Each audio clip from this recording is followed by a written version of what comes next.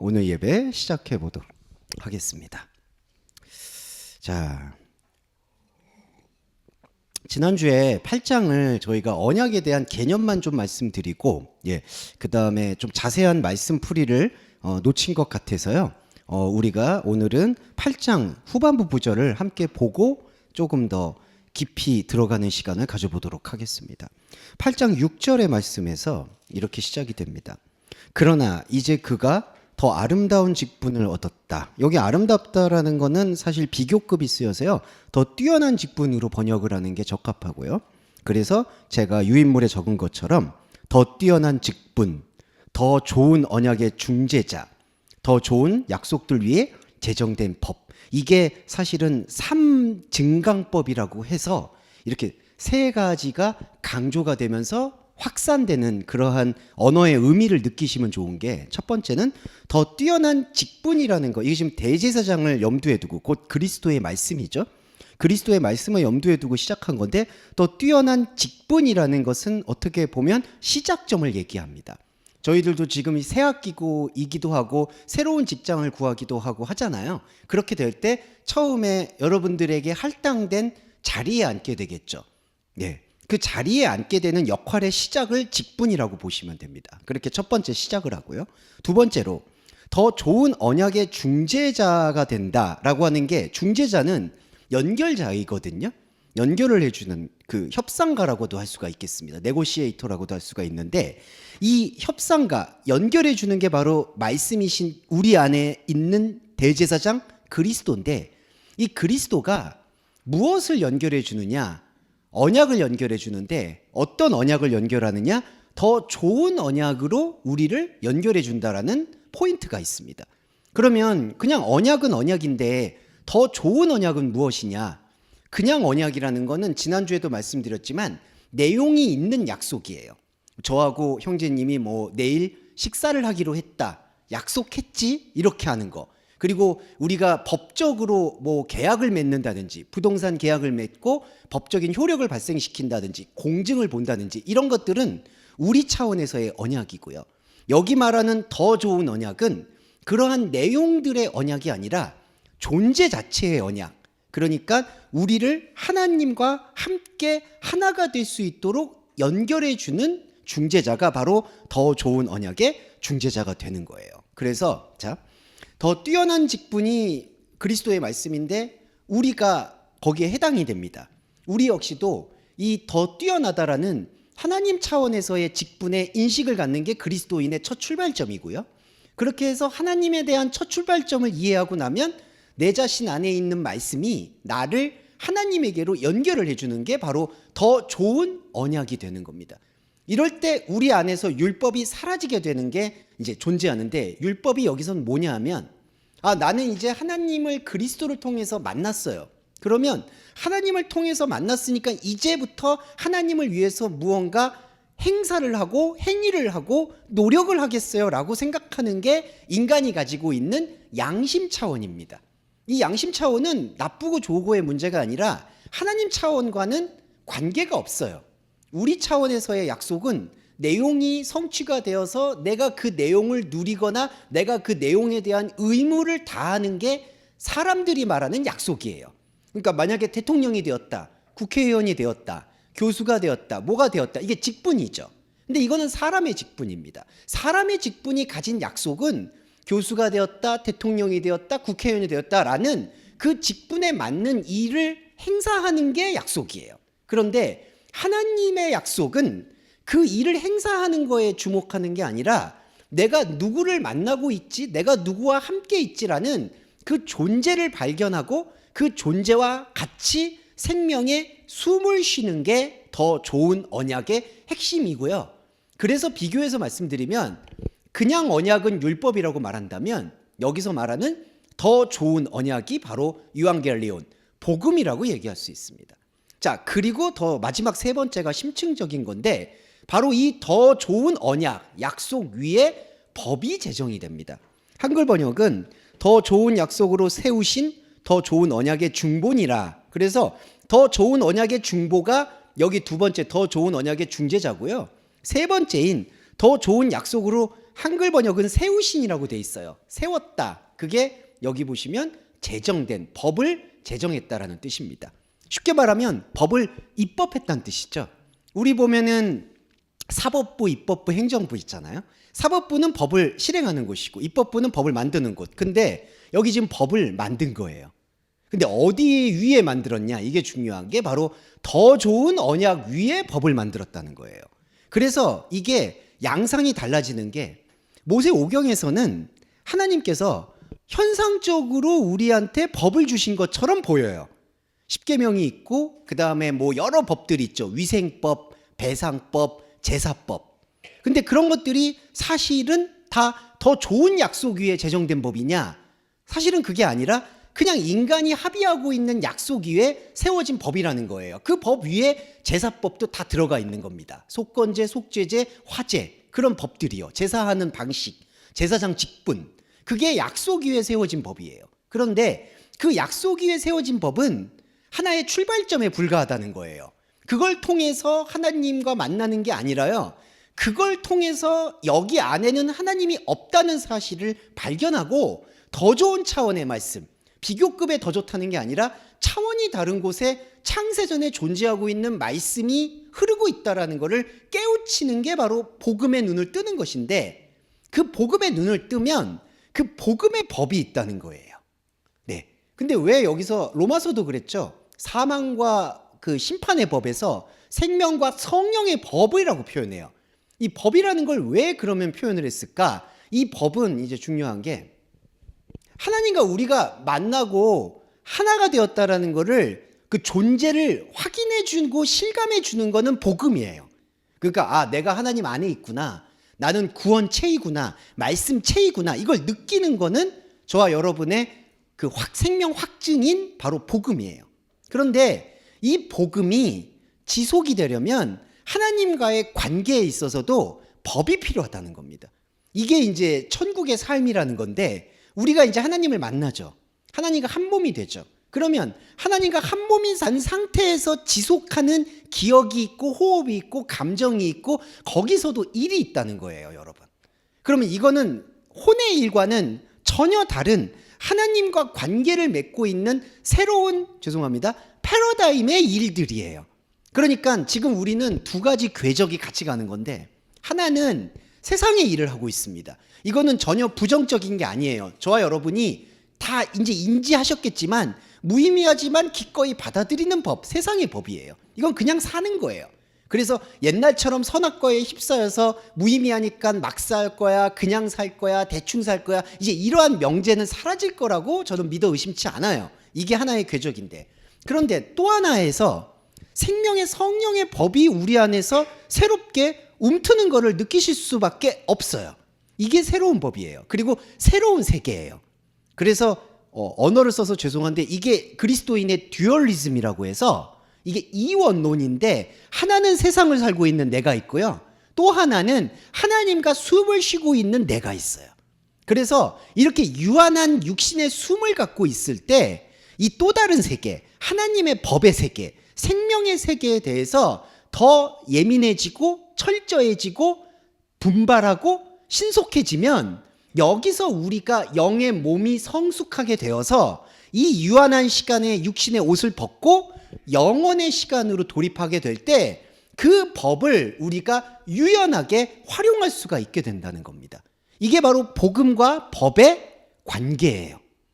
그래서 약속 위에 법이 제정됐다는 것 이렇게 이해하시면 되는데 이게 예민하게 말씀을 도끼마조하지 않으면 그냥 율법이 되는 겁니다. 네, 그러니까 그냥 율법이 뭐냐? 다시 도로 아미타불이 되는 게 아미타불은 불교 용어인데 죄송합니다. 도로 돌아오는 게 뭐냐 하면은 자 여기까지는 우리가 그리스도의 표면적 복음으로 이해를 잘해요. 아 우리는 그리스도의 대제사장 직분을 얻은 사람이구나. 그래서 우리 안에 있는 그리스도가 나를 하나님에게로 연결해 주시는구나. 여기까지는 다 이해해요. 은혜로 얻은 거구나. 그런데 그 다음에 보시면은 성령의 열매 부분들을 일단 예를 들어 볼까요? 그러면 자 우리는 그리스도인으로서 그리스도를 섬기고 모셔서 하나님과 우리가 우리 안에 있는 보혜사 성령으로 인해서 뛰어난 하나님의 자녀가 되었어 라는 그러한 흐름까지는 익히는 게 이른바 사형리까지겠죠, 여러분. 우리가 옛날에 사형리라는 걸 많이 공부하셨을 텐데, 그런데 그 다음에 다시 돌아가는 게 왜 그러냐면 이 법 때문에 그래요. 그런데 하나님께서는 율법을 폐기하지 않으시고 율법을 더 강화하셨고 더 좋은 생명의 법을 주셨대. 그러니까 우리는 그리스도인으로서 아까 이 듀얼리즘 말씀드렸을 때 하나님의 삶이 있고요, 하나님과 함께하는 길이 있고 세상의 길이 있어요. 그런데 하나님과 함께하는 길을 발견을 해놓고 다시 세상의 길에서 하나님께 영광을 돌리는 방식을 계속해서 소비하게 되는 겁니다. 이게 바로 십자가를 다시 못 박는 형태가 되는 거예요. 그래서 갈라디아서에서 어리석도다 갈라디아 사람들아, 왜 다시 예수를 십자가에 못 박느냐? 왜냐하면 새로운 법을 익혀야 되는데, 이게 여러분과 제가 걸음마 하듯이 이게 바로 이제 장성한 자와 식물, 단단한 것, 이거의 관계거든요. 이제 우리는 하나님의 법을 익혀야 되는데 하나님의 법과 하나님의 숨결을 익히는 거에는 거의 제로 베이스고, 다시 세상의 법에서 하나님께 영광과 열매를 돌리려고 하는 양심에 화인 맞은 자들이 된다는 겁니다. 양심에 화인 맞는다는 게 무슨 뜻이냐면요, 요건 설명을 드릴게요. 양심이 없어진다는 얘기가 아니라요, 양심이 하나님의 자리를 대신한다는 뜻입니다. 양심, 우리 안에서 뭔가 선한 추동력 같은 거죠. 사람끼리 모였을 때 우리 정치하는 것도 문화도 다 그런 거예요. 예술도 사람을 그냥 이롭게 하고 눈과 귀를, 이렇게 표현하면 미학적으로는 좋지 않을 수 있지만 즐겁게 하고 리프레시하는 거잖아요. 그러니까 정치, 문화, 사회, 이 모든 게 선한 추동력을 갖고 있어요. 그래서 우리는 그런 용어들을 많이 들어보셨죠. 선한 영향력을 행사한다. 그래서 연예인들이 이제 셀럽이 되면은 선한 영향력을 행사하도록 강요받죠. 제가 강요라고 말씀드리는 건 이해하실 수 있을 거예요. 왜냐하면 우리는 다 양심으로 사람을 판단할 수밖에 없으니까. 양심에 화인 맞았다는 건 그리스도인이 이 두 가지 길을 이해하지 못하고 곧 이 더 좋은 약속 위에 제정된 법에 대해서 인식을 못할 때 이 하나님의 법의 세계에 대해서는 무관심하고 갈팡질팡하다가 다시 세상에다가 하나님의 십자가를 꽂고 이 세상을 변화시키려고 발버둥을 친다는 거예요. 이러면은 사실은 퇴보합니다. 사실 말씀을 그럴 때는요, 아무리 읽고요, 죄송한 말이지만 아무리 큐티를 하고 나를 아무리 정신 수련을 해도 겉으로는 멘탈이나 정신이 좋아 보이고 정말 그리스도인답게 보일 수 있고 정말 거기서 초극적으로 노력한 사람이 멘토가 되는 거겠죠. 우리 기독교에서 말하는 간증의 최고봉에 있는 분들이 되는 거죠. 우리가 위 있는 어떤 신앙의 위인들이 되는 겁니다. 그런데 사실은 다 그런 사람만 있는 거 아니잖아요. 그런 분들은 오히려 더 이상한 데로 나갔다고 저는 생각을 하는 거고요. 그러다가 좌절을 하게 되면은 그 좌절을 어떻게 극복하려고 하죠? 회개를 하려고 극복하거나, 아니면은 교회 일에 헌신을 하거나, 아니면은 더 좋은 말씀을 쫓아가거나. 근데 더 좋은 말씀이 어디 있어요? 복음에는 하나님의 길에 대한 문을 여는 그 인도 외에는 복음은 없어요. 다른 복음은 없습니다. 그런데 갈팡질팡하게 돼서 이 더 좋은 약속에 대해서 눈 뜨는 것은 고사하고 더 이상한 양심에 화인 맞는 그리스도인이 돼버린다는 겁니다. 그래서 이게 일반 사람들이 볼 때, 이건 참 비판을 안 할 수가 없는 게, 일반 사람들이 볼 때에도 너무 상식 이하인 거예요. 이게 왜 그럴까요? 일반적인 센스도 없고요. 교회에 왔는데 복음에 대한 건, 사실 복음은 하나님의 법을 말하고 있거든요. 그래서 세상 법에 대해서 무지해요, 오히려 성경이. 근데 세상 그 법에다가 하나님의 원리를 적용하려고 하니까 이게 일반 사람들, 곧 종교가 없는 사람들, 기독교가 아닌 사람들의 눈에 볼 때 이 모습들이 상당히 우스꽝스러워 보이는 거예요. 왜냐하면 일반 사람들은 아주 예민하게 시대 변화라든지 세상 돌아가는 거에 대해서 습승하는데, 기독교인들은 저런 건 세속이다, 세속주의야 라고 얘기해서 멀리하면서 하나님의 법을 강요하니까 이게 심하게 되면 탈레반처럼 되는 겁니다. 이걸 제가 왜 말씀을 안 드릴 수가 없냐면요, 이게 우리가 신학이 위기다, 교회가 위기다, 이런 얘기를 하면 할수록 자꾸 하나님의 법에 대해서 심각하고 깊이 묵상하려기보다는 있는 걸 닥달하려고 하는 그 관성이 있어요. 나한테 보인 생활 습관, 나한테 보인 성격, 성품, 이런 것들을 어떻게든지 좋게 만들려고 하는 그런 코스모스, 세상에 화장하는, 분칠하는 행동들만 기독교인들에게 강요받기 십상입니다. 그리고 예배와 말씀과 프로그램은 거기에 휩쓸리고요. 그래서 조금 시간을 들여서 말씀드렸지만 이 3원칙을 기억해 주셔야 돼요. 우리는 그리스도인의 직분을 받았습니다. 그래요? 그런데 우리의 직분을 통해서 우리가 발견하게 될 이 중재자는 바로 더 좋은 언약이에요. 이 언약이 차원이 다르다는 걸 이해해 주셔야 돼요. 우리가 받았던 표면적인 말씀이 아니라 그 표면적 말씀의 깊이 속에 창세전에 숨어 있었던 하나님의 언약 체계, 그 진리, 그거를 보는 게 더 좋은 언약이고요. 그리고 마지막으로 그 더 좋은 언약, 더 좋은 약속의 법을 우리가 이제 공부하고 배우기 시작하는 것이다. 이렇게 성경을 이해해 주시면 좋겠습니다.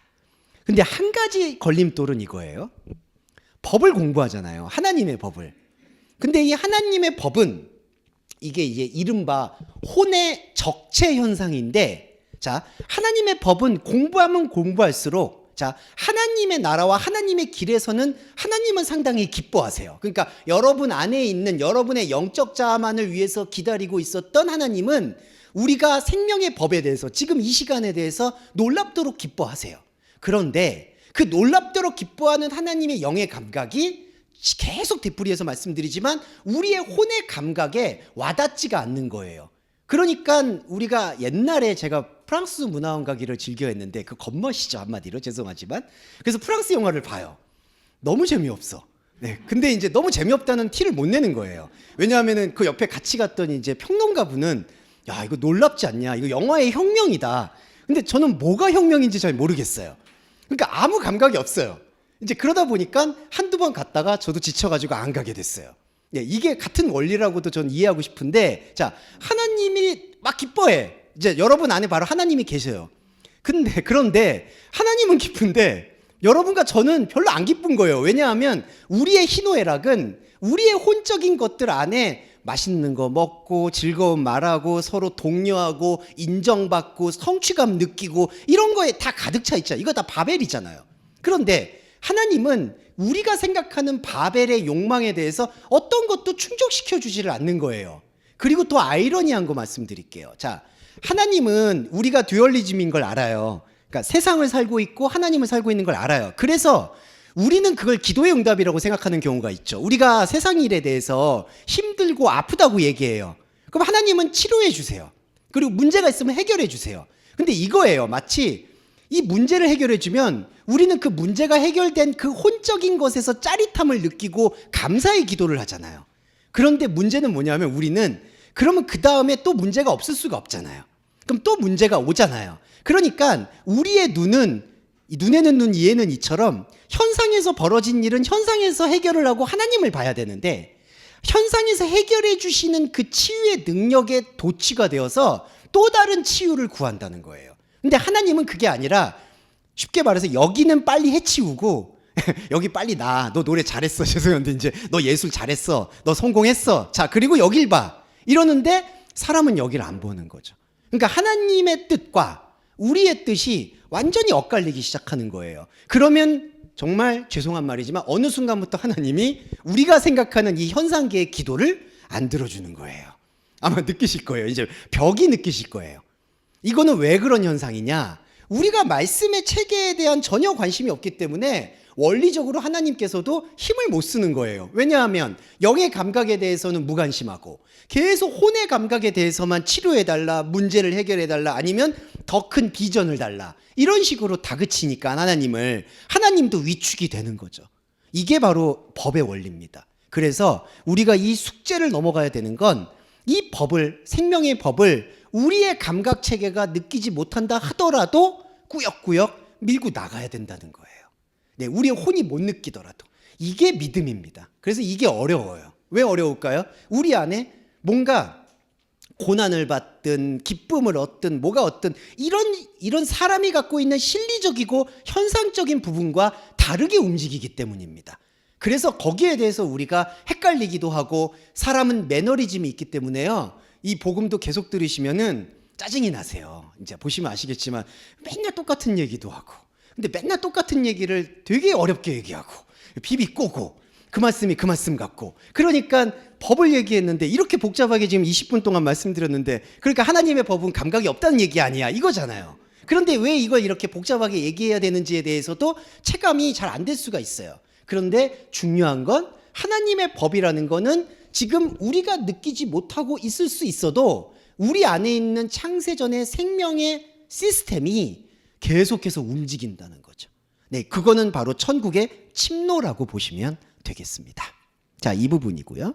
7절과 8절은 첫째가 흠이 없었다면 둘째가 요구되지 않았다. 이거 지난주에 말씀드렸던 언약에 대한 느낌이고 활용이었습니다. 그래서 첫 언약과 옛 언약과 새 언약이라는 게 아니다. 사실은 언약은 하나다. 그래서 새로운 언약이라고 얘기한다라는 것은 사실은 우리 언어의 편의상 새롭다라는 거예요. 그러니까 이게 옛날 것의 반대인 새롭다는 게 아니라는 거죠. 인간의 크로노스적인 새로운 게 아니에요. 여기서 새 언약이라고 부르는 거는 우리가 옛 것과 새 것이라고 나누고 있는 우리의 생각을 파쇄하는 거, 부수는 거, 그 십자가를 이해하는 게 바로 새 언약이라는 뜻으로 이해해 주시면 되겠습니다. 그래서 언약은 원래 있던 거예요. 하나님 차원에서. 언약이라는 게 옛 것이 있고 새 것이 있고 이렇지 않다는 것을 벌써 말씀을 드릴 수 있겠고요. 8장 10절에 보시면 또 주께서 가라사대 한글 번역에 그날 후에 내가 이스라엘 집으로 세울 언약이 이것이니 이렇게 이제 전개가 됩니다. 근데 여기서 이제 우리가 좀 이 원문에서 묵상할 수 있는 포인트는 이 구약 성경을 인용할 부분인데요. 메타타스 헤메라스라는 뜻이에요. 메타타스 헤메라스 에케이나스. 이게 한글 번역에서 어떤 부분이냐면은 바로 그날들 후에, 네, 그날들 후에 이스라엘 집에 언약을 세우는 언약. 저는 이렇게 적었는데요. 자, 이제 이게 조금 더 풀이를 해드릴게요. 자, 날들이 있습니다. 날, 이거 시간이죠. 자, 이거 시간은 우리한테 주어져 있는 혼의 시간이에요. 저와 여러분이 가지고 있는 달력의 날짜입니다. 자, 날이에요. 근데 이게 지시대명사가 사용되면서 그날들이 돼요. 자, 그날들이, 날과 그날들이 어떤 차이가 있을까? 요거 묵상을 해보시면 그냥 날들은 그냥 우리한테 일반적으로 주어진 날이죠. 그냥 직장을 다니고 수행을 하고 뭐 연애를 하고 먹기도 하고 이제 이 날들이에요. 근데 그날들이 들어와요. 그날들이 이제 우리의 시간에 하나님이 들어오는 그걸 이제 침입의 시간이라고 얘기합니다. 그러니까 그날이라는 거는 그냥 단순한 날이 아니라 우리가 세우고 있는, 우리가 흘러가고 있는 날들 속에 하나님의 날이 들어왔다라는 게 감지되는 날을 바로 그날이라고 얘기하는 거예요. 그래서 이거에 대한 우리 혼적인 그림자들은 이런 게 있죠. 그냥 1년 365일 흘러가잖아요. 그런데 여러분 보면 인간의 혼의 시간 속에서 기념일 만들죠. 생일 기념하죠. 그리고 뭐 3.1절 기념하죠. 이런 거 있죠. 자, 이런 게 그날들에 대한 혼적인 감각이라고 보시면 돼요. 그냥 날들인데 며칠 전에도 여성의 날이 있었고요. 그러니까 그날들이 그냥 있는데, 날들이 있는데 거기다가 그날들을 제정한다는 거예요. 그게 혼적인 파편이에요. 그런데 영적인 본질은 이 그날들은 우리가 흘러가고 있는 우리의 인생들 속에서 하나님께서 찾아와 주시는 특정한 날이라는 거예요. 그러면 그 특정한 날이 그냥 1년 365일 중에 어떤 날들을 얘기하는 거냐? 그게 아니라 우리의 시간 속에서 하나님의 시간이 포개어지는, 이게 바로 이제 중첩이라고 얘기하거든요. 그러니까 이렇게 우리가 흘러가고 있는 수평에서 하나님이 직선으로 파고들어서 하나의 옷을 만들어가는 과정을 그날이라고 말씀드릴 수 있습니다. 이게 시줄이고 이게 날줄이고, 그러니까 이렇게 텍스타일이라고 여러분 표현할 수 있죠. 옷을 만들어가는 과정이 바로 그날들인데, 이 옷이 그냥 만들어지는 게 아니라 저와 여러분이 이 시간을 노출시켜서 하나님의 말씀에 대해서 듣고 느끼고 움직일 때 후회가 일어난다는 거예요. 이게 헬라어로 말하면 전치사 메타입니다. 메타. 그래서 여러분 이 메타라는 용법은 지금 뭐 라틴어, 영어도 많이 사용하고 있으니까 기억해 주시면 좋은 게, 이게 관통한다라는 의미가 있어요. 그러니까 우리의 일반적 시간에 하나님의 생명의 시간이 들어오는 것을 느끼고 교감하고 지속하는 게 바로 메타의 상태다. 그래서 이 메타라는 거를 다르게 표현하면은 메타 다이알로그, 그러니까 내 안에서 말씀을 계속해서 호흡한다. 말씀을 여러분들이 묵상하는 것 자체가 말씀에 숨을 쉰다라는 거예요. 그게 바로 그날들을 경험하는 존재가 되는 겁니다. 이럴 때 언약이 세워져요. 그런데 자, 이게 보시면 제가 직역을 한 건데 원문보다 그냥 바로 제가 직역한 부분으로 풀이를 해드릴게요. 이스라엘 집에다가 언약을 세우는 언약이에요. 그래서 이게 바로 이제 오늘은 용어가 많이 나와서 죄송합니다. 중첩과 소멸인데요. 자, 중첩과 소멸은 뭐냐 하면, 자, 그날, 날은 나잖아요. 나, 혼의 나예요. 나의 혼 위에 하나님의 영이 덧입힙니다. 그리고 하나님의 영에 대해서 여러분들의 혼이 기꺼이 듣기를 원해요. 지금 이 순간이죠. 듣기를 원하세요. 그러면은 여러분들의 혼 위에 하나님의 영이 더 씌워져요. 그리고 스며들어요. 그러면서 하나의 파열음을 일으켜요. 어떤 파열음이죠? 우리의 혼이 쌓아온 바벨에 대해서 파열을 시켜요. 그게 영적인 균열이에요. 그러면 파열이 일어나면은 우리가 믿고 알고 있었던 이 언약들 있죠. 이 언약들을 재구성하는 거예요. 언약을 세우는 언약. 그러면 우리가 생각하는 언약이 뭐죠? 우리가 생각한 인간적인 관계들이에요. 사람과 사람 사이에 가졌던 법들, 규칙들, 그런 것들이 하나님의 영적 차원에서 재구성이 되는 거예요. 자, 그리고 또 말씀드릴게요. 이게 상당히 복잡한 건데 이게 중요한 거라.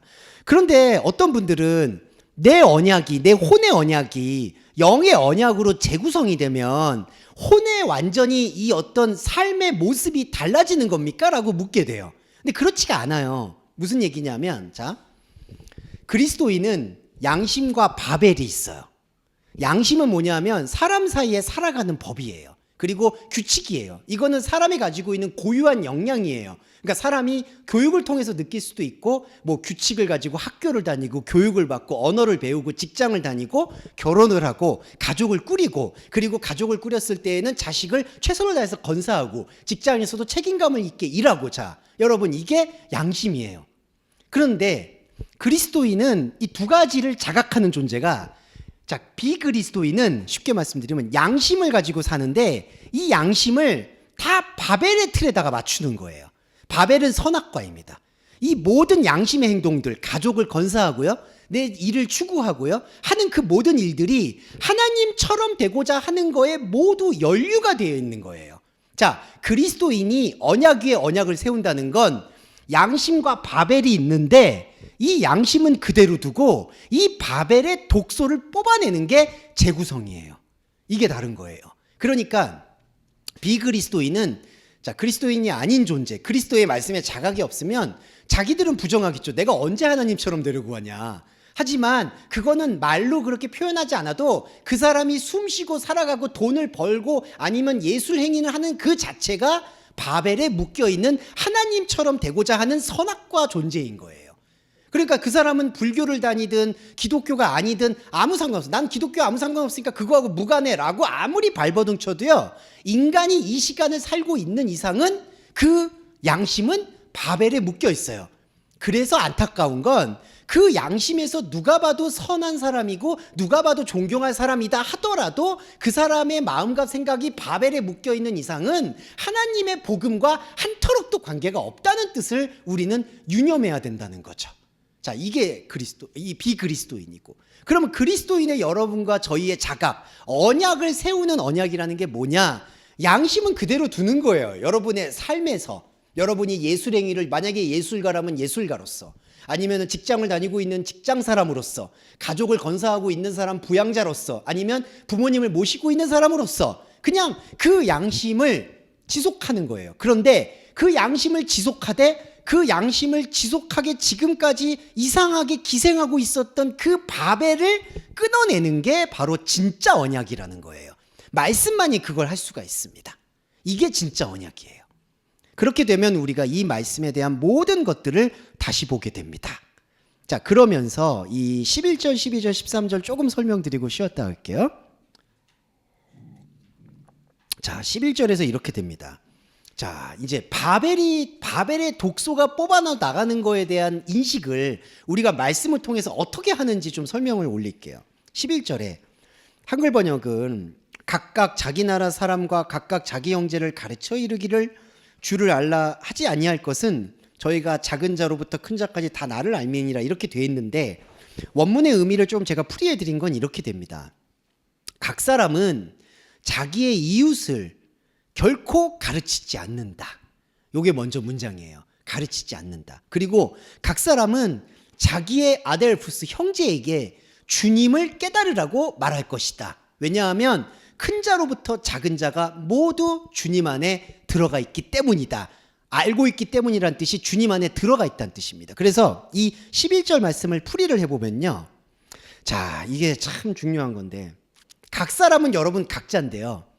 이웃은 누가 되냐면요.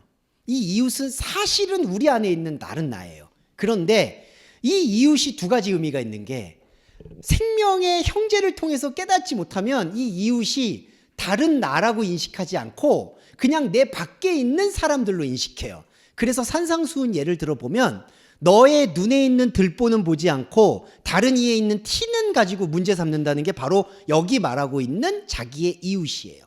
자, 하나님의 법은요, 이제부터 생명의 성령의 법은 누구를 가르치지 않습니다. 자, 이 시간도 말씀드리면 디다케, 가르치는 시간과 전혀 무관해요. 그냥 인식하고 발견하고 여러분의 의지를 동원해서 눈을 여는 시간이에요.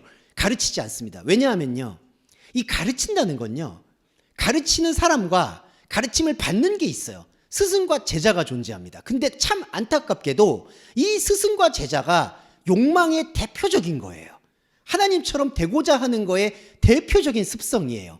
가르치려는 사람은 자기가 결핍을 이겼다고 생각하는 사람이고, 가르침을 받으려고 하는 사람은 그 결핍을 메우려고 하는 사람이에요. 이 틀이 종교의 가장 큰 아킬레스건이에요. 그래서 예수님이 이 말씀하셨죠. 누가 스승이고 누가 제자냐, 누가 가족이냐, 가족까지 해체하셨죠. 이게 무슨 뜻이냐면은 바로 가르치는 일을 멈추라고 하는 겁니다. 근데 어떤 분들은 이렇게 물어요. 이게 중요한 게, 그럼 왜 제자 되라고 했습니까?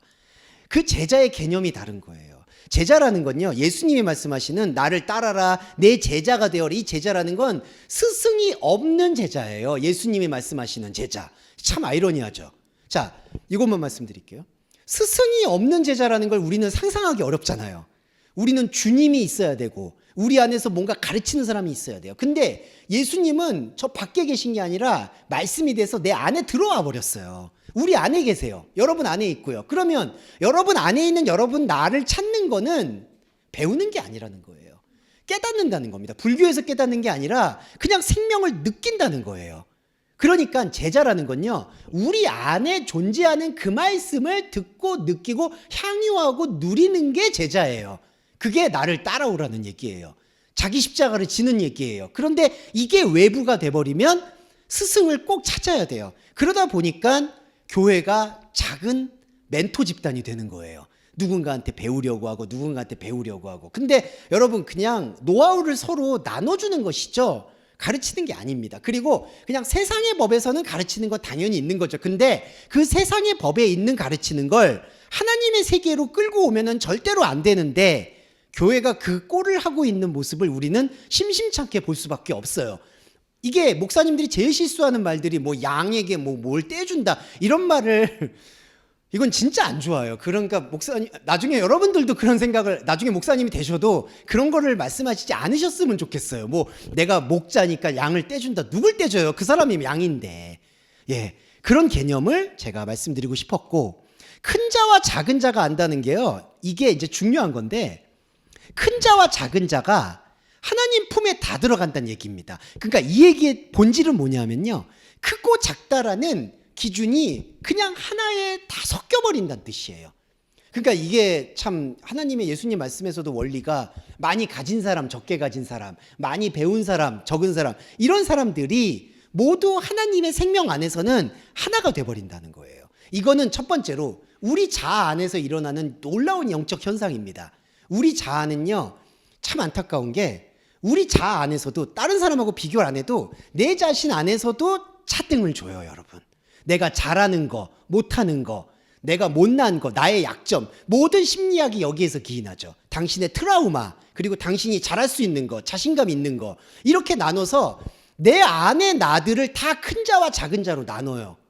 여러분, 이러면 안 되는 거예요. 여러분이 가지고 있는 양심 세계에서의 약점이든 강점이든 이제는 그런 것들에 대해서 재구성을 해야 돼요. 그리스도인은 거기에 대해서 판단받는 존재가 아니기 때문이에요. 열매 맺는 존재도 아닌 거예요. 그래서 큰 자와 작은 자가 하나의 용광로처럼 녹아내리면 우리는 오직 하나만 남는데 뭐가 남냐 하면은, 자, 우리가 가지고 있었던 하나님 없는 것들은 하나님에게 아무것도 기억되지가 않고 다 사라지고 하나님과 함께 했던 의로움만 남게 되는 겁니다. 이게 복음이에요. 정죄하지 않는 진리가 되는 겁니다.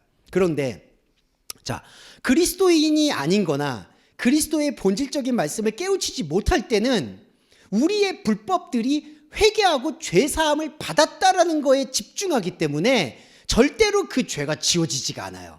자, 이게 무슨 뜻인지 하나만 더 설명드리고 쉬었다 할게요. 이게 제일 중요한 부분입니다. 어떤 게 안 중요할 수 없겠지만 여기가 제일 포인트예요. 자, 그들의 불법이 기억되지 않는다 중에 12절에 보시면 다시 기억하지, 한글 번역은 다시 기억하지 아니하리라 라고 되어 있는데, 이 에티라는 부사를 번역을 해보면 하나님은 그들의, 우리입니다, 우리의 불법을 여전히 기억하지 않았다라고 말씀합니다. 여전히. 그러니까 이전부터 기억한 적이 없다는 뜻이에요. 자, 그런데 우리는 이 죄론이 중요한 건데, 우리가 죄에 대해서 만약에 자범죄로 이걸 인식하고 있잖아요. 그러면 내가 주홍같이 붉은 죄가 있는데 예수님의 피로 내 죄를 사함을 받았다라고 딱 인식을 하잖아요. 그러면 자, 이런 인식을 하는 내 주변에 있는 죄, 그러니까 하나님의 본질 죄는 하나님을 몰랐던 죄, 하나님과 다른 거거든요. 근데 그 죄가 아니라 내가 삶에서 나타나거나 내 혼이 느끼는 죄, 그 죄를 지었다라고 생각하고 그 죄를 예수님의 피로 사함을 받았다고 생각을 하면요, 저와 여러분은 사함을 받았다라는 걸 혼은 기억하겠지만 우리의 진짜 혼의 중심에 말뚝이 박혀 있는 건 그 죄가 있었다는 거에 대한 기억입니다. 예, 이거 되게 중요해요. 그러니까 나는 이제 내 죄는 예수의 피로 사함을 받았어, 이렇게 생각하면요, 우리는 사함을 받았다라는 자유로운 감정을 느끼는 것처럼 보이죠? 사실 여러분과 저의 심연 속에는요, 내가 그만큼 죄가 많았네라는 게 꼬리표처럼 따라붙어요. 죽을 때까지 따라붙습니다. 이게 대단히 중요한 거예요. 그래서 예수님 비유 중에 1만 달란트 빚진 자 비유가 왜 나오느냐? 예수님이 그 말씀을 통해서 하고 싶은 말씀은 너는 그런 죄를 진 적이 없다는 뜻입니다. 그 1만 달란트라는 게 지금 하나로 환산하면은 뭐 조가 아니라 경단위가 넘어간다고 하더라고요. 부채도 여러분 자산인데, 진짜 죄송한 말인데 여러분들이 얼마나 그렇게 무슨 보증 능력이 있으셔가지고 담보가 있으셔서 몇 조를 빌릴 수 있어요. 말도 안 되는 얘기입니다. 그래서 1만 달란트 죄를 탕감받았다는 얘기는 그 죄가 있다는 얘기가 아니라 그 죄는 하나님이 말씀하시는 죄와 다르다라는 것을 인식하면 그 1만 달란트는 없어지는 거예요. 그게 탕감 사건이지, 당신이 1만 달란트 죄가 당신의 조상이 되었든 뭐가 되었든 그 죄가 있었는데 예수님이 다 씻어주셨어, 그것도 피를 흘려서. 여러분, 이 기억 속에서 자유함은 없어요. 진짜 죄송하지만 종교 감정으로 일시적으로 내가 진짜 자유함을 입었구나, 하나님이 나를 다 구원해 주셨구나 하는 거 있지만 우리의 무의식에는요, 이게 깔려 있는 겁니다. 내 죄를 지었구나. 그리고 하나님은 내 죄를 정죄했구나. 그런데 긍휼히 여기셔서 아들을 보내서 그 피로 사했구나. 이거 아닌 거예요. 십자가의 피는 우리로 하여금 우리가 그런 죄가 아니었구나, 하나님이 말씀하시는 죄는 당신과 다르다라는 것을 깨닫지 못하고 있는 그 상태가 죄인 거구나 라는 걸 알면 죄는 죄가 아닌 게 되는 거예요, 여러분. 그래서 로마서에서 죄가 더한 곳에 은혜가 넘쳤다는 건 자범죄가 더해서 은혜가 넘쳤다는 게 아니라 우리가 하나님과 다르다는 것을 그만큼 더 충만하게 발견했다는 거예요. 그러니까 은혜가 넘치죠.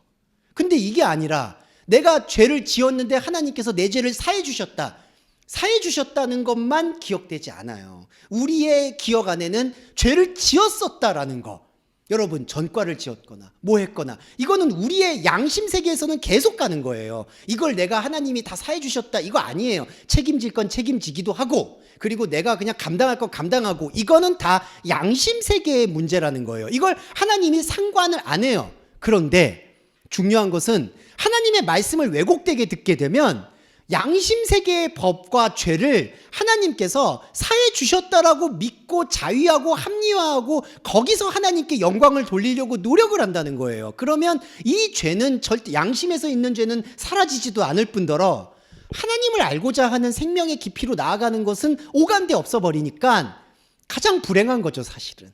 왜냐하면은 예수님을 내가 믿는다고는 하는데 그 잘못 믿는 거잖아요. 이게 잘못된 거잖아요. 이게 그래서 이 법이 기억하지 않는다, 불법을 기억하지 않는다라는 이 말씀을 우리는 조금 더 집중해서 묵상할 필요가 있어서 제가 길게 말씀드렸습니다. 네, 잠깐 쉬었다가 9장 또 살펴보겠습니다. 두 번째 9장 한번 들어가 보도록 하겠습니다. 네.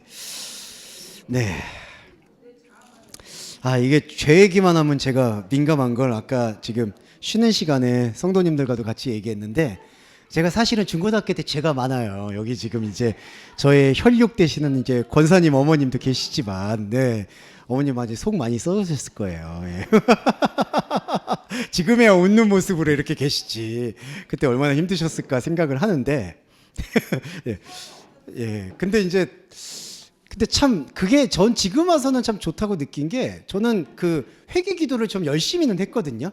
그러니까 여기 계신 분들은 사실 자범죄가 별로 크지 않으시니까, 법 없이도 사실 분들이 모이셨으니까 별로 그런 마음이 없으실 텐데, 저는 좀 나름 질풍노도의 그 시절을 살다 보니까 쌓은 죄가 너무 많은 거예요. 그 자범죄가.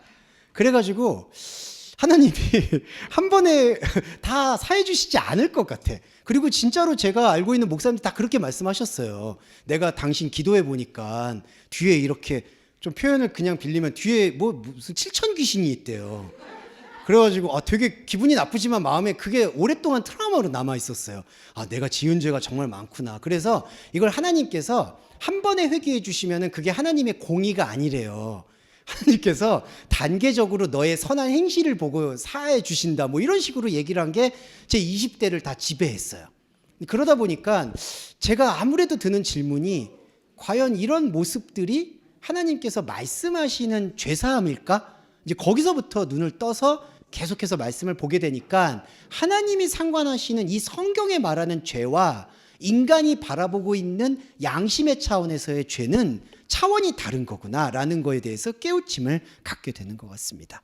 그리고 여러분들의 성숙함에 기대어서 다시 한번 말씀을 드리면, 그러면 하나님은 우리의 자범죄 차원에 관심이 없기 때문에 우리는 그럼 자범죄를 범람시켜도 되는 거냐라는 거에 대해서 이제 여러분들은 그런 질문에 대해서는 아마 이제 넘어가셨을 거라고 믿어 의심치 않아요. 왜냐하면 자범죄란 영역은 이렇습니다. 우리의 양심의 파이를 키우는 행동이에요. 무슨 뜻이냐 하면, 자범죄라는 이 영역이라는 거는 사실 이렇게 표현하기도 그렇지만, 세상의 시간에 대해서, 세상의 것에 대해서, 세상의 움직임에 대해서 더 많은 것들을 할애하기 때문에 하나님의 말씀을 볼 수 있는 정량적 시간 자체가 줄어드는 거예요. 그러면은 점점 더 하나님을 알게 되는 시간의 신비가 줄어들게 되는 거죠. 그래서 자범죄에 대해서 하나님이 상관 안 하셨다라고 해서 그러면 저 자범죄 지은 사람들 뭐야? 이런 식으로 묻게 되는 것 자체가 하나님의 것을 생각하는 것보다는 내가 여전히 장사 지내고 싶어 하는 마음이 강한 거구나. 요한복음 마지막에 보면 내가 저 사람 장사하는 장례식장만 갔다 오게 해주세요 라는 말씀처럼 적용이 될 수 있겠습니다. 자, 이 부분에 대해서 정리를 좀 해드렸고요. 자, 성소와 지성소에 대해서 좀 설명을 드릴게요. 요것도 간단하게 오늘 15분 정도만 설명드리겠습니다. 9장 1절에 첫 언약에도 섬기는 예법과 세상에 속한 성소가 있다.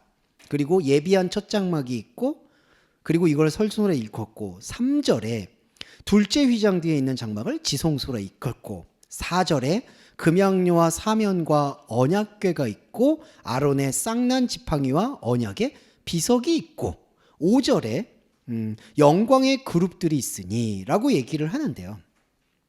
자, 1절에서부터 5절에서 말하고 있는 것이 결국에는 언약에 대한 비유예요, 여러분.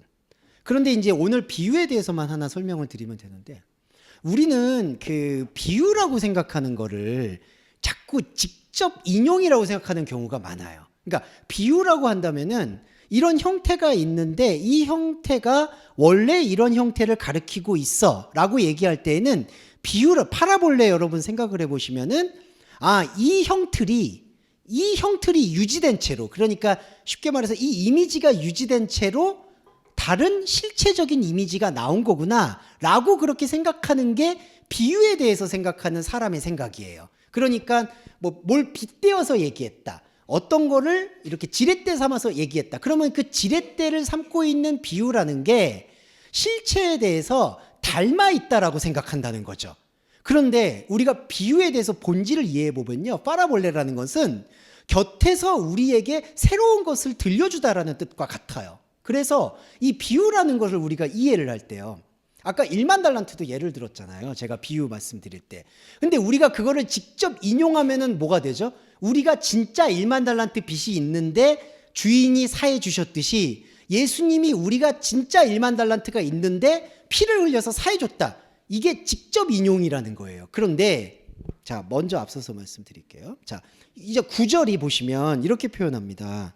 이 장막은 현재까지의 비유니라고 돼 있어요. 이 비유, 파라볼레. 자, 근데 이 비유라는 게요, 원래 있는 게 있고 원래의 실체가 있는데 이 실체를 우리가 이해하기가 힘드니까 그 실체에 대해서 조금 쉬운 언어로 연결해서 풀이해준 닮아 있는 거라고 생각하게 되는데, 그게 아니라요, 완전히 정반대의 것을 얘기하는 것도 비유 안에 담겨 있다는 겁니다.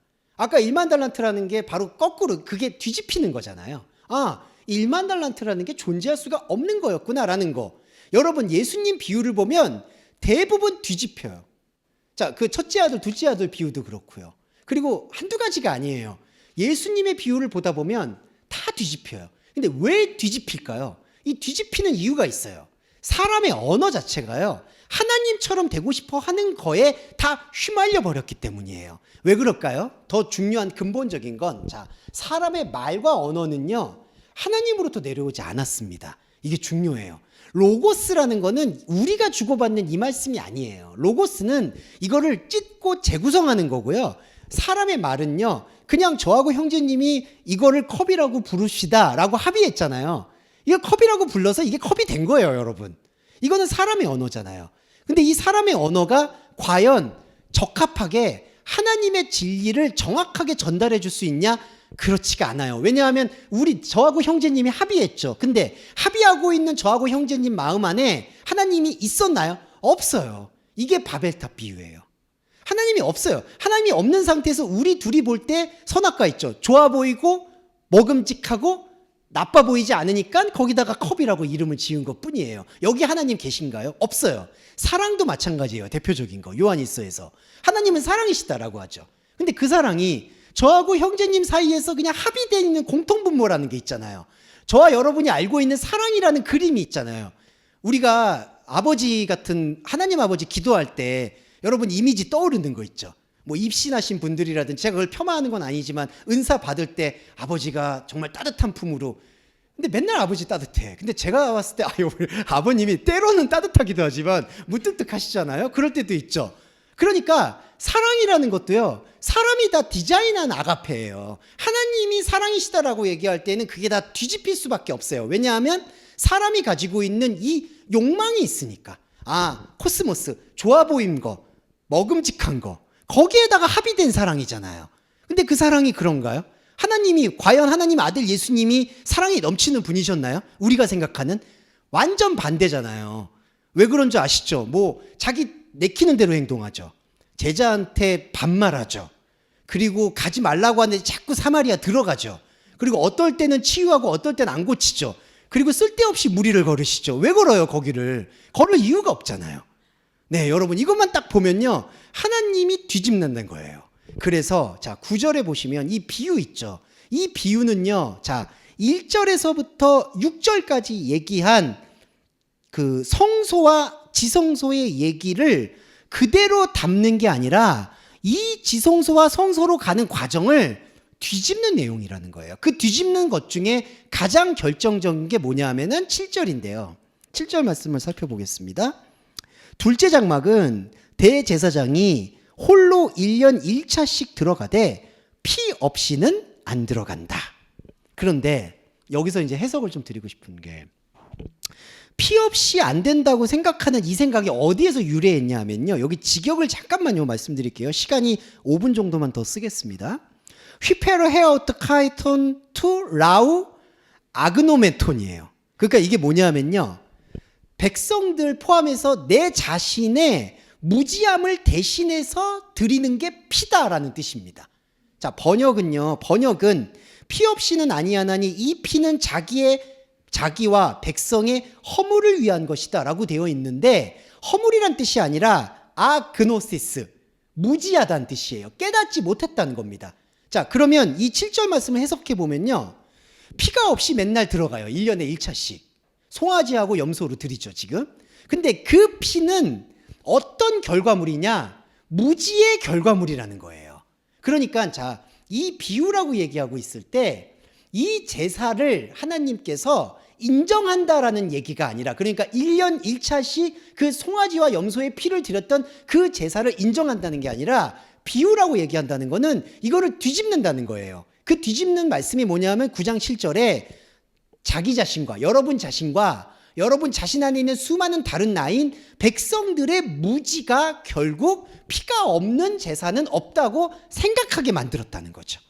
그러니까 1년에 1차씩 드리는 제사가 하나님께서 받았냐 안 받았냐, 그냥 제가 정량적으로 말씀드리면 안 받았다는 거예요. 안 받았다 받았다 그것도 아니에요. 그냥 흘러가는 거예요. 그냥 우리끼리 좋아서 북치고 장구치고 다 한 거예요. 우리 이제 유교 전통에서 제사 지낸 것도 똑같은 거예요. 그냥 이렇게 하면은 조상님이 우리를 돌봐주겠지. 그 굿도 마찬가지예요. 이렇게 뭐 해원굿, 무슨 뭐 살굿 이런 거 다 있는데 뭐 조상을 쫓아내거나 귀신을 달래거나 다 똑같은 거예요. 그냥 그건 하나님과 아무 상관이 없는 자기네들이 마음 편하자고 하는 거예요. 죄송한 말이지만. 죄송한 것도 아니죠. 그냥 우리 마음에서 그래서 위로를 받기도 하니까. 근데 하나님의 복음과는 아무 상관이 없는 게 계속해서 피를 추구하는 제사라는 거예요. 자, 그러면 이 성막은 들어서고 있는 시대를 위한 비유라 이렇게 얘기할 때, 그러면 이 비유로서의 이 제사는 뒤집혀야 된다는 겁니다. 그럼 뒤집히는 게 뭐죠? 가장 쉽게 말씀드리면 이 제사는 더 이상 필요 없다는 얘기예요. 네. 그러면 자, 예수님의 피도 달라지는 거예요. 지난번에도 말씀드렸지만 이번에 다시 한번 정리하시면 9장 12절이 중요한데, 다음 주에 또 이게 자세한 설명이 이어지는데 오늘 요거를 조금 마음에 새기시면 좋은 게, 염소와 송아지의 피로 않고 오직 자기 피로 영원한 속죄를 이루사 단번에 성소에 들어가셨다라고 되어 있습니다. 자, 이렇게 직접 비교처럼 보이니까 여기서 오해가 나타나는 것 같아요. 결론적인 걸 말씀을 드리면요, 자기 자신의 피라고 얘기하는 거는 염소와 송아지의 피를 대체하는 예수님의 십자가 피를 흘린 게 아니라, 그 피를 얘기하는 게 아니라 예수 그리스도 안에 흐르고 있는 생명을 말하는 거예요.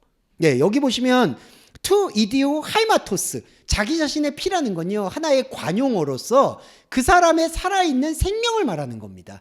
그러면 이게 뭐죠? 말씀이에요, 말씀. 그러니까 십자가에서 그때 2000년 전에 흘리신 그 피를 말하는 게 아니라 예수 그리스도 존재 자체, 그분이 우리한테 함께 하시는 그 창세전 말씀 그 자체가 자기 자신의 피라는 거예요. 그러면 그 피로 성소에 들어가셨다라는 게 뭘까요? 이때 성소가 뭐죠? 여기 앞에 보시면요, 11절에 그리스도는 장래 좋은 일의 대제사장으로 오사 손으로 짓지 않은 성소라고 말씀하셨어요. 손으로 짓지 않다는 게 뭐죠? 눈에 보이거나 현상의 성소가 아닌 영적인 성소를 말한다는 겁니다. 그래서 영적인 성소로 그리스도는 들어오신 거예요. 사실은 이미 들어오셨는데 우리가 말씀을 깨달은 거를 들어오셨다라고 표현한다는 거죠. 하나님 입장에서 원래 들어오셨고, 우리는 말씀의 문을 열면 들어오시는구나. 이것도 오해하지 말아주셨으면 좋겠어요. 우리가 마라나타라고 해서 주여 오시옵소서 하면 들어오는 게 아니라요, 원래 계세요. 원래 창세전에. 근데 우리가 못 보고 있는 거예요. 그래서 못 보고 있는 그 눈의 비늘이 벗겨지는 걸 주님이 들어왔다라고 하시는 거예요. 임재했다, 파루시아, 강림했다라고 표현을 하는 것뿐입니다. 우리 안에 원래 있다는 거죠. 말씀의 생명력이. 자, 이게 바로 그리스도의 본질적인 부분이고요. 그 다음에 하나만 더 말씀드리고 3분만 더 말씀드리고 마무리할게요. 11절에 보시면 그리스도는 오고 있는 선한 일들의 대제사장. 이게 제일 은혜가 넘치는 말씀인데요. 왜 은혜가 넘치냐면요, 자, 오고 있다는 뜻을 먼저 풀어드리고 싶어요. 오고 있다. 이 오고 있다는 게 현재 진행형인데 참 묘한 게, 오고 있다는 뜻은요, 우리의 현상세계 안에 아직 오지 않았다는 얘기지만 끊임없이 오고 있다는 뜻이에요. 그러니까 중요한 건 우리의 현상세계 안으로 그리스도가 나중에는 딱 올 거야. 이게 우리가 종말론 얘기할 때 그런 얘기하죠. 나중에 하나님이 오세요. 이렇게 얘기하죠.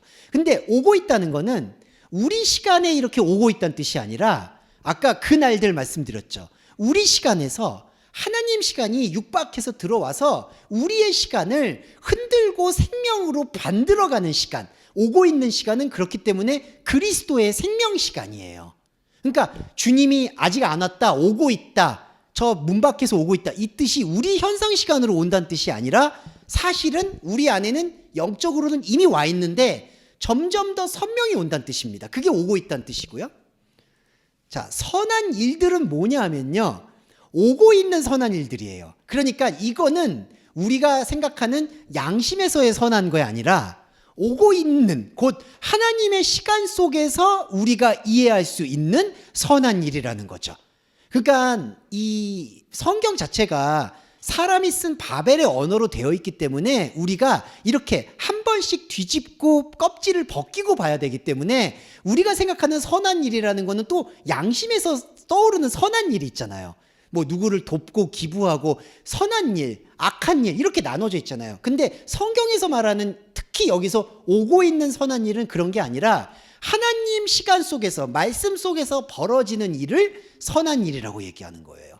그거는 우리의 이미지에 선하다 악하다 이게 아니라는 거죠. 그 말씀을 담보하고 있는 대제사장인 그리스도가 우리 안으로 들어와서 당신 자신의 생명인 자기 자신의 피로 우리의 영적인 초소를 밝혀주신다라는 게 그리스도의 구원이고 십자가 복음에 대한 정확한 이해입니다. 그렇지 않고 마지막으로 말씀드리면 염소와 송아지의 피를 인정하고 저런 제사를 드렸어야 되는데 이제 예수님께서 은혜를 주셔서 1년에 1차씩 드려야 될 피를 예수님의 피로 대신하셨다라고 생각하는 그 순간 우리는 여전히 선악과 제사에서 벗어나지 못한다는 거예요. 그 단지 송아지가 예수님의 피로 바뀐 것 외에는 아무것도 달라진 게 없는 거예요. 우리 교회에서 걸어놓은 십자가가 그 말씀에 여전히 묶여 있다면 여전히 우리는 예수님을 십자가에 못 박는 거예요. 그렇지 않습니까? 매주마다 예수님을 송아지 대신 잡잖아요. 그래서 마음 깨끗해, 나 참회했어, 그래서 일주일 열심히 잘 살 것 같아. 그럴 거면 불교를 가시는 게 낫죠. 그냥 기와장에다가 5만 원 주고 영생 복락을 비는 게 훨씬 나아요. 5만 원이라고 말씀드려서 죄송합니다. 50만 원이더라고요. 옛날에 제가 옛날 물가로 5만 원, 그 수능 볼 때 자녀분들 거기다가 이렇게 적는데 요즘에는 500만 원까지 올라간 것 같아요. 저기 어떤 사찰에서는. 그래서 제가 종교를 비하하려는 건 아닌데 차라리 그런 마음이면은 교회 와서 고생할 게 아니다. 다른 종교 가는 게 훨씬 마음이 편하다. 그래서 그리스도인은 이 히브리서 말씀을 통해서 피의 본질이 무엇인가를 결정적으로 묵상해야 된다. 이 말씀을 결론적으로 드리겠습니다. 자, 정리의 기도와 주기도문으로 예배 마무리하겠습니다. 살아계신 하나님, 당신의 피를 우리는 얼마나 많이 소비했습니까? 십자가의 피 외치면서 우리의 죄가 사함받았다라고 얼마나 기뻐했습니까? 주님, 죄송합니다. 우리의 마음 편하자고, 우리의 죄책감 떨쳐내자고 그렇게 예수님 피를 부르짖었던 우리의 입을 용서해 주시기 바랍니다. 그리고 거룩하신 주님, 이제 당신 자신의 생명의 피로 그 말씀으로 우리를 삼아주심을 감격과 감사로 고백합니다.